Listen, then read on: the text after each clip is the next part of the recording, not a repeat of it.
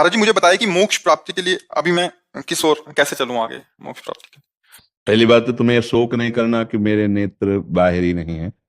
दो नेत्र और होते हैं, एक होते हैं हृदय के नेत्र प्रेम नेत्र, एक होते हैं बुद्धि में चक्षु ज्ञान नेत्र। तो ये दो नेत्र हो ना हो बाहरी वाले मायाकृत, अगर अंदर के नेत्र खुल गए तो सब बात बन जाएगी। जो आप देखना चाहते हो ना मोक्ष पदवी या भगवत प्राप्ति, वो अंदर के नेत्रों से होती है। सूरदास जी महाराज के बाहर के नेत्र नहीं थे, लेकिन अंदर के नेत्रों से बाहर ठाकुर जी को क्या श्रृंगार किया गया सब जान जाते थे।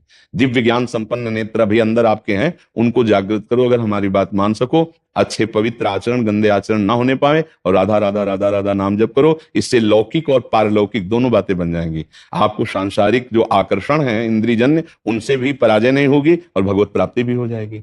ये तो बहुत अच्छा है कि आप अभी उत्साहहीन नहीं हैं, आप उत्साह संपन्न हैं, तो आप सब कुछ प्राप्त कर सकते हैं। आप बिल्कुल चिंता मत कीजिए। समझ पा रहे हैं? देखो यहाँ आते हुए किसी को माला नहीं पहनाया गया, आपको पहनाया गया ना।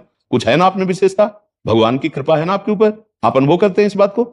हाँ, हम अपनी तरफ से आपसे बोले राधे श्याम आइए विराजिए और लाइए इनको माला पहनाइए। तो अगर कृपा ना होती तो फिर आप समझिए, कृपा रूपी नेत्र आपके पास है तो बाहरी नेत्र नहीं है तो कोई फर्क नहीं पड़ेगा। अगर कृपा नेत्र नहीं हो बाहरी नेत्र हैं भी तो क्या लाभ मिला? गंदी बातें देखना, गंदी बातों के अनुसार गंदी क्रियाएं करना। तो देखो आंख वाले होते हुए भी अंधे हैं, जेल में पड़े हुए हैं, नाना प्रकार के कुकर्म करते हुए दुर्गति को प्राप्त होते हैं। तो आंखें किस काम की जो हमें गंदी बात की तरफ ले जाएं? धन्य है वो आंखें होते हुए जो जगत मंगल करने वाला दृश्य देखें, जो भगवान की प्राप्ति वाला, जो दूसरों का हित करने वाला भाव नेत्र प्रदान करें। तो वो तो आपके अंदर है, इसलिए आपको चिंता नहीं करना। अब बस चिंतन करो, नाम का चिंतन करो, नाम जप करो तो बात बन जाएगी। बात समझ पा रहे हैं आप जी? और कोई आपको संशय?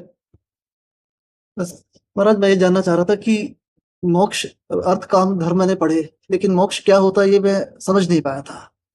अगर बिल्कुल सरल भाषा में अगर आप थोड़ा सा अध्यात्म का ज्ञान होगा तो आप समझ लीजिए, जो आप स्थूल शरीर है ना, ये पुरुष शरीर, इसे स्थूल शरीर कहते हैं। और एक है सूक्ष्म शरीर जो मन बुद्धि चित्त अहंकार और 5 ज्ञान इंद्रियों के सहित है, सूक्ष्म शरीर। फिर एक है कारण शरीर जो 3 गुणों से, सत्वगुण रजोगुण तमोगुण से स्वभाव बनता है।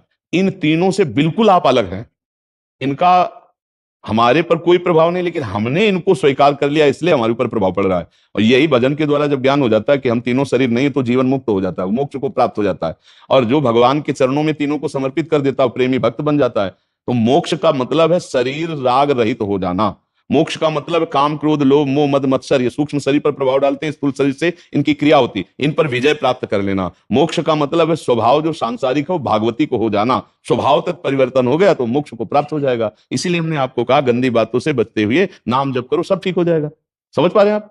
ये जो ज्ञान मोक्ष पदवी के लिए है, ये भजन से प्राप्त होता है। भला इतना हम बोल गए आप स्थूल शरीर नहीं, सूक्ष्म शरीर नहीं, कारण शरीर नहीं, तो आप पकड़ पाओगे क्या? क्योंकि आप तो देहाभिमान से रत है। नाम जब करोगे तो ये ज्ञान अंदर ही आपके प्रकाशित हो जाएगा। समझ पा रहे हैं आप? बहुत हाँ, धन्यवाद। तो ना बोल करके हमसे राधा राधा बोलो तो अच्छा लगेगा। राधा राधा। राधा राधा। हाँ।